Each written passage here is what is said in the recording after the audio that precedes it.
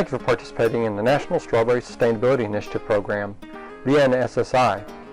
I'm Kurt Rome, the Program Director. We are looking forward to seeing the results of your program, the outcome of your effort, and the investment that both you, through your work, and the Walmart Foundation, through their funding, has made, and the impacts that this program will make for strawberry producers and consumers in the United States. Thank you for watching this presentation, which is designed to help you with the reporting, which is a required element of this project. This presentation will cover some of the information which you will see in the reporting system, and the expectation for your reports, especially concerning your project outputs, outcomes, impacts, and evaluation.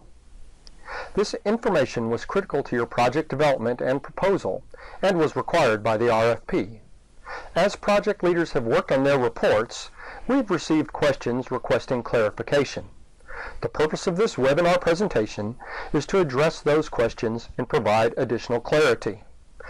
This information is a good reminder of what is expected from your projects, and also the information we want to capture from your reports. The presentation has two parts. First is to rethink the organization of your project as a means of preparing for your reporting, and some background on reporting expectations. Part 2 is focused on developing elements of your report. First, let us consider the project purpose and goals by understanding that it is a results-based program. NSSI is a results-based program. Your projects were selected because they were determined to have high potential for impact, and they were selected with the outcomes in mind. There will be significant continuing focus on the project outcomes throughout the project. The goal of the results-based process is to increase the potential of the funded projects to improve the skills, practices, and technology of strawberry growers and the industry that participate in your projects in order to have meaningful, lasting, and sustainable change in production. Key components in this results-based program are based in the logic model. They are outputs, the activities your project does to accomplish results.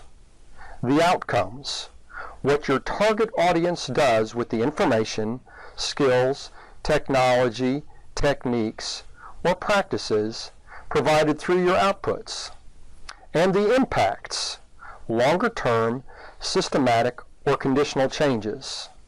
Lastly, the evaluation is important because it provides the measuring tools and interpretation to determine what has changed and how much a change has occurred.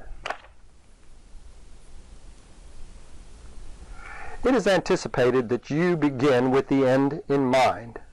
This concept was borrowed from risk management education.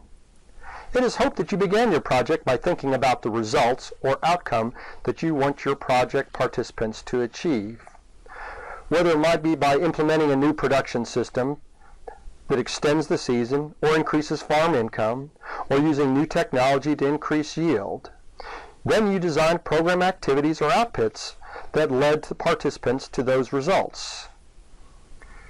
You ask, how will you get there? You must consider how you will measure how the target audience has moved or is moving towards the desired outcome. This is the evaluation, how things have changed.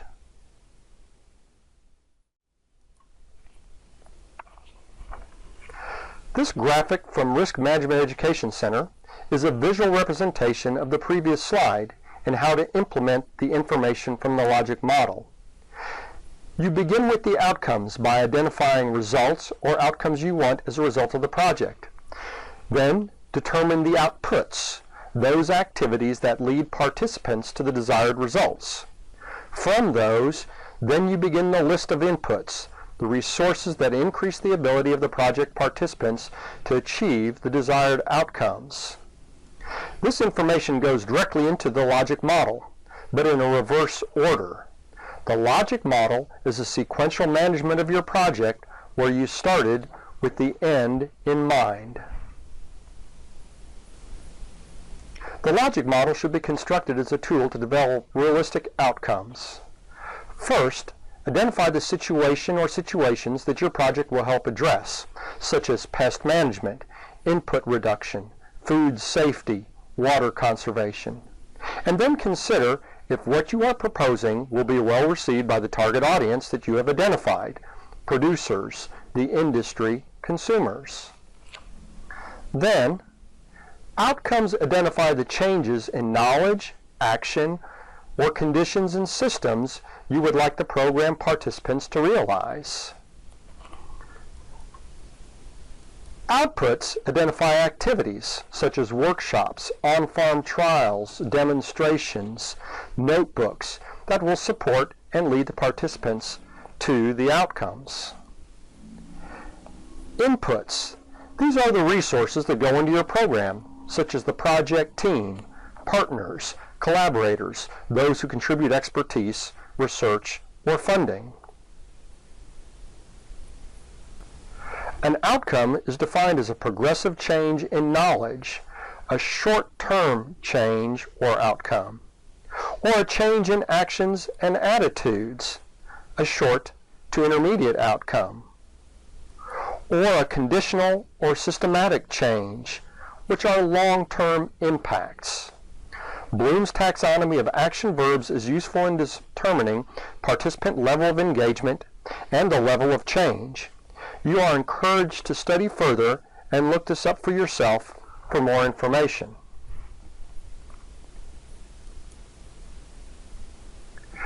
A change in knowledge occurs when project participants learn or become aware of new fundamental or applied knowledge, which can include practices or methods, techniques or technology, improved skills, strategies, abilities, or other capacities. A change in action occurs when project participants act upon what they have learned, such as implementing new practices, methods, or technologies, changing or modifying a practice, adoption of improved skills. Direct application of knowledge is gained.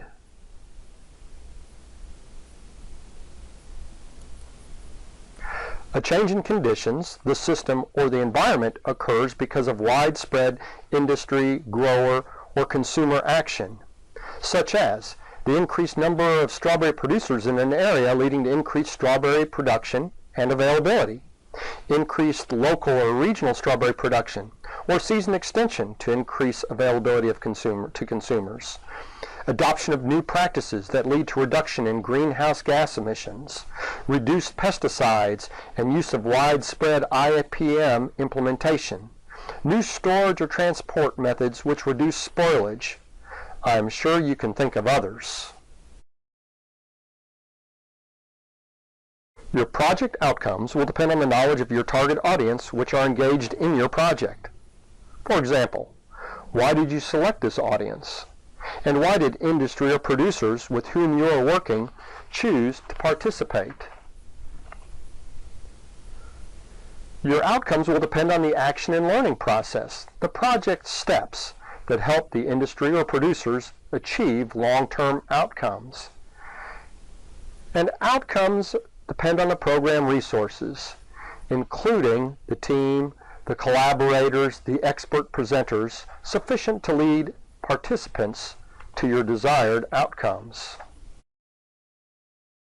Let us provide an example of the progressive steps leading to producer results or outcomes.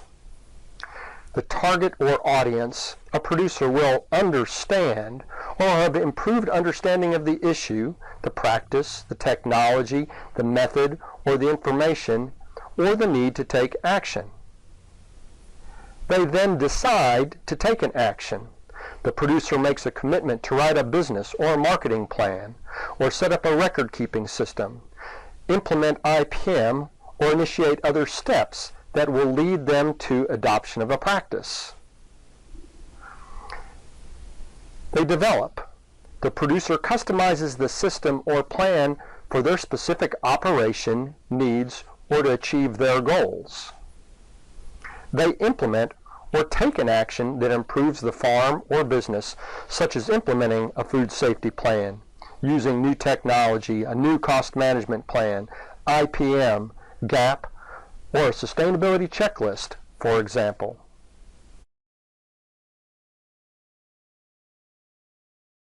In summary, project outcomes are a measure of success for the participants. It is their ability to change, incorporate, or implement the practices, technologies, a system as a result of participation in your project. These outcomes should be achievable, measurable, and able to be accomplished within a reasonable time frame. The outcomes should be sequential. They identify changes in condition or a practice you seek for the participants. They specify the degree of change required for participant success, and they are stated in a measurable way, knowing the methods you will use to verify changes in practices, economics, product quality or safety, or sustainability. Before moving to the second portion of this presentation, you are encouraged to review the first portion to be sure you understand the terminology that will be used, what is meant by outputs, outcomes, and impacts, and how those are results from your project. When you are ready, please continue with the presentation. If you have questions, you may want to review materials on the Western Risk Management Education Center website provided earlier in the presentation, or many other excellent resources on this subject that you may have. If you know of resources that you believe would be useful to our project group, please let us know, and we'll make those resources available to the NSSI Project Leaders Team. The next section will cover some specific reporting questions that you will see on the NSSI reporting website. You will receive email reminders on when to submit your reports, but so that you know, they are due quarterly. You can find those dates and other information on the NSSI website, strawberry.uark.edu. There will also be a link to the reporting site there, which is the same site used to submit your proposal.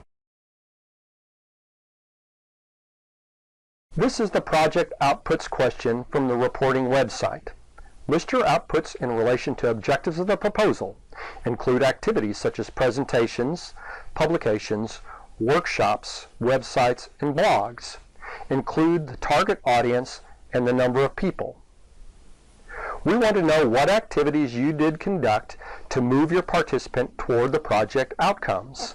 This includes things like workshops, blog posts, meetings with grower, industry visits, on-farm demonstrations.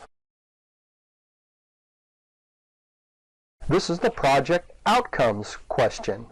List the outcomes of your project. For example, what change in knowledge, attitude, or actions did your outputs accomplish in the short to intermediate time frame? Include who was reached, how many were reached, and how outcomes were measured.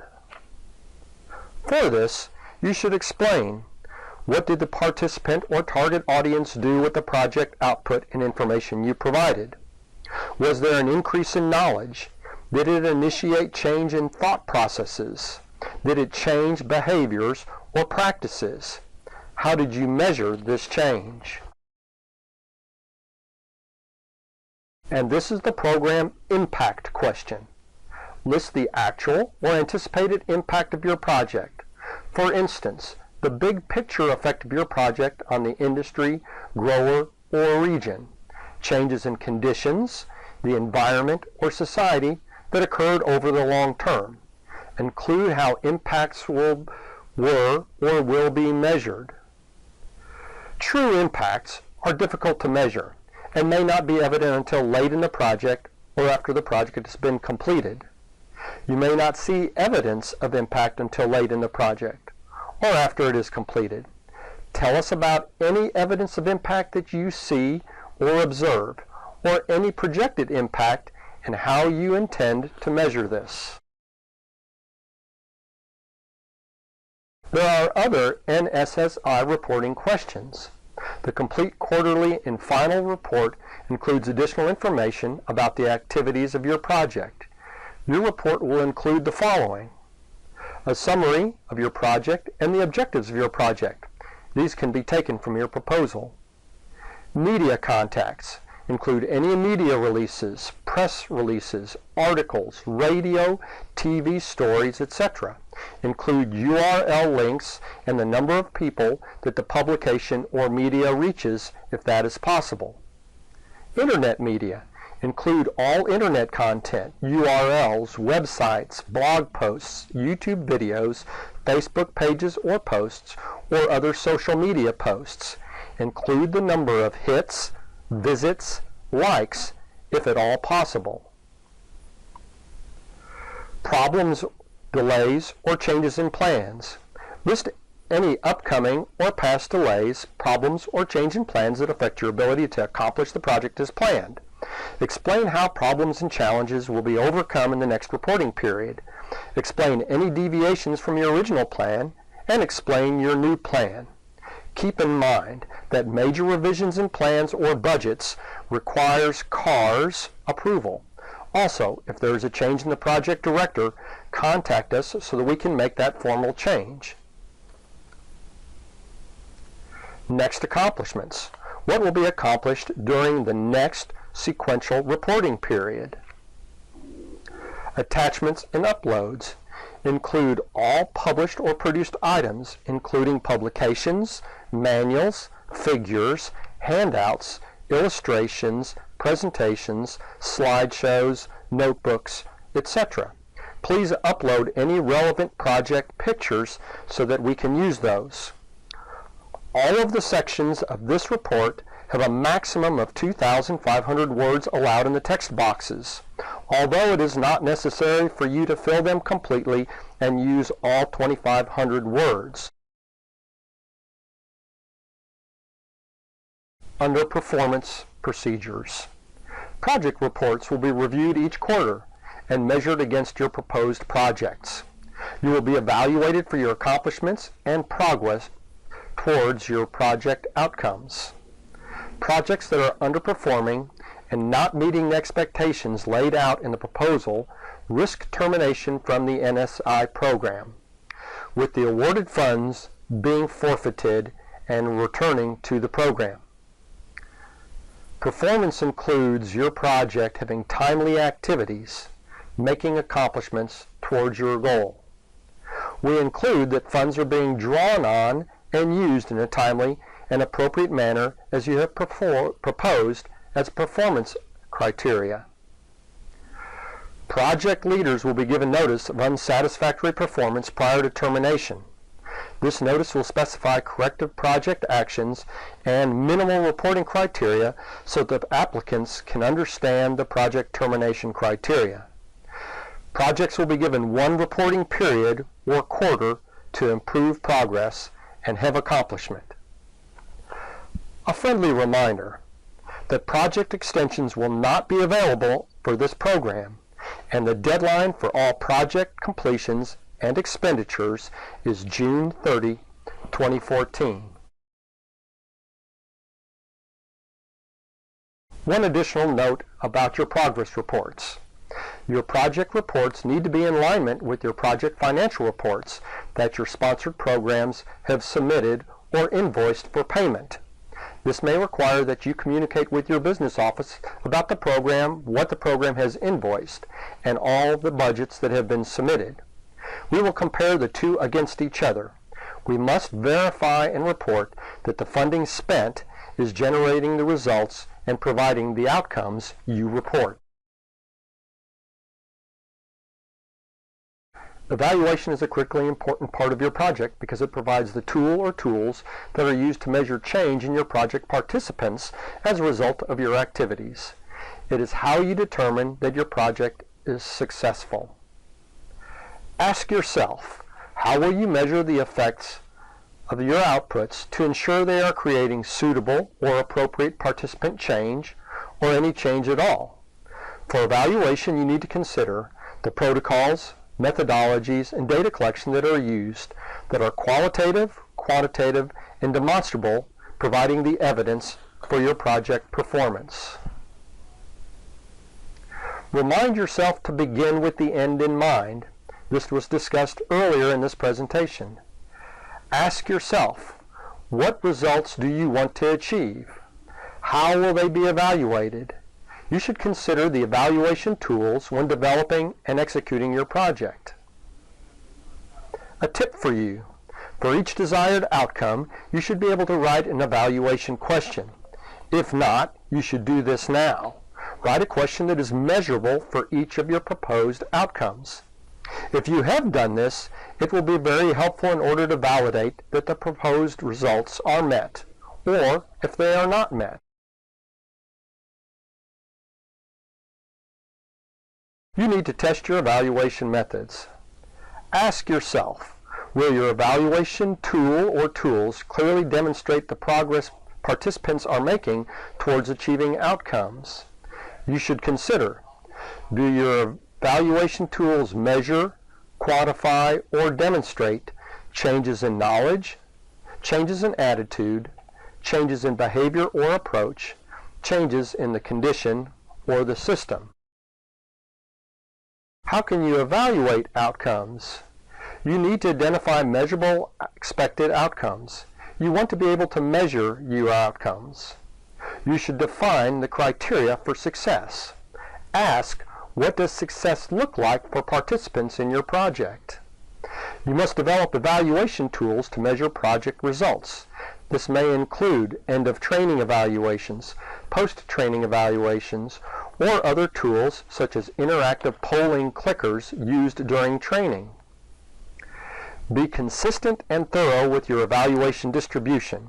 Be sure to include everyone who needs to be included, all of your program and project participants. Define the criteria for success. How do we define and describe success? You need to consider or think about several points. Here are some questions you should ask. What will actually be measured? What is the standard for success? What does success look like? How many participants need to achieve success in order for your project to be considered successful? What is the time frame? When should participants achieve results? There are several types of evaluation mechanics. Some mechanics and some questions are more suitable for certain settings, and other mechanics or means and questions may be used in different situations. Some suitable question formats include multiple choice or yes-no questions, Likert or rating scales, open-ended questions. Although it is often difficult to analyze an entire survey of open-ended questions, it is useful to have a couple questions to give participants an opportunity to provide valuable information that might otherwise not be captured. These questions are simple for your participant respondents to understand. The responses are easy for your project team to analyze, especially for leaders or staff with less evaluation experience. There are a variety of methods that can be used. Some examples would include pre- and post-tests, including audience response systems, interactive polling clickers, or smartphone polling software and apps. Follow-up evaluations at various points in time, such as quarterly, semi-annually, or annually. You may accomplish this through mail survey, internet survey websites such as SurveyMonkey. Participant dot survey techniques, typically with a minimal number of questions. And interviews. Interviews are typically more costly to conduct, but can provide very good information. You may interview by telephone, face-to-face, in both formal and informal settings. The purpose of conducting a pre-test is to benchmark knowledge level of the participants and also gain useful information on participant background, past experiences, attitudes, and other needs for program managers and instructors. The purpose of the post-test is to measure how much knowledge was gained, changes in attitude, and determine what actions participants expect to take as a result of participating in your project. You can combine the pre- and post-test into one post-test by using certain language. You can include questions in your evaluation instruments such as, please rate your knowledge prior to attending today's workshop, asking that in combination with, please rate your knowledge after attending this workshop. Be sure to give good directions for these combined test instruments. In the directions, you should state something as, after attending today's workshop, answer the following questions. Please rate to what extent you have knowledge, tools, and resources needed to accomplish something specific in your project. Or, as a result of the activity, I now better understand or know something specific about your project. Or, I believe that now I can go and do something specific about your project. For responses, use a Likert or similar rating scale for participants to rate their experiences. As a part of your total evaluation, you need to provide follow-up. The purpose of follow-up evaluation is to see what action participants have taken as a result of being in your project, and how these actions have led to benefits for their farm or business. Follow-up evaluations can be expensive and time-consuming, but they provide essential information. These evaluations go way beyond what do you expect to do, and they seek to find out what is happening or has happened. There are some best practices that will facilitate your evaluation so that you can successfully measure your project results and outcomes. This is a list from the RME program with which many of you may be familiar. You should plan ahead, prepare, and choose methods of best practices that match the available resources and abilities of your project team. There are a combination of both direct and indirect measures. Direct measures include assignments, action plans, and yield stronger evidence of change in knowledge and beneficial practices, but they are more time-intensive and may take more expertise to evaluate. Indirect measures give instant feedback, but may not provide real evidence of knowledge gained. Qualitative measures, like phone interviews or focus groups, are more resource-intensive, but could be accomplished through a representative sample. Here are ways or methods for measuring results and outcomes successfully. Use of direct interactions with producers can increase the chance participants will implement practices, technologies, strategies, plans, or other techniques. A good follow-up can lead to collegial relationships that may bring results beyond the initial results or outcomes that were initially projected. Unexpected results, both positive and negative, are important to document. A solid program design allows for learning and application to take place in linked stages within a time frame that encourages the implementation or adoption of longer-term results and outcomes. When writing the evaluation questions to measure your outcome, you should consider how the information is gathered and will be used.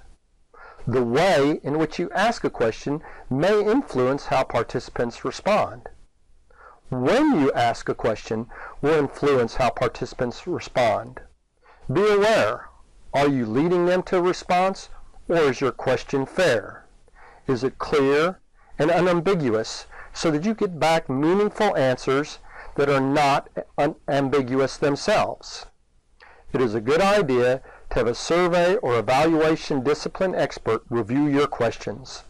It's a very good practice to engage your program team and a person outside of the project to review your question. Someone with fresh eyes that maybe does not know a lot about the project and its expected outcomes. Peer review is valuable in the process of developing meaningful measures that accurately reflect the outcomes and demonstrate what is accomplished in your project. Here is a list of some resources for outcome-based projects, if you would like to dig a little deeper. These resources will be very useful to you in preparing future projects as well as completing this project. The resources will be posted on the Strawberry Project webpage. Much of the information in this presentation came from existing resources of information. Especially useful was the Western RME site and the Oregon State University's Writing Powerful Impact site. These sites will be linked on the Strawberry Project webpage. It is our hope and ambition that this presentation will strengthen your projects and facilitate your project reporting. Again, we are very proud of your participation in the National Strawberry Sustainability Initiative. We look forward to the reports of your accomplishments, and we believe that this program will generate some meaningful and sustainable impacts to the national strawberry industry. The future of this program is dependent upon the collective accomplishment of all projects and all participants. We look forward to reporting those to the Walmart Foundation with anticipation that they will regard your accomplishments as success. If you have questions or comments, please contact us at sberries@uark.edu. Please be sure to continue to submit to us your media reports and contacts. We hope you will contribute to the NSSI project blog and actively engage both as a project leader and with your project participants in the NSSI social media. Look for the project on Facebook and Twitter, and friend, link, and share. A goal of this project is to be very public, to be very transparent and accountable, and to make a difference for producers, marketers, all of those in the supply chain, retailers, and consumers. Again, thank you for your participation.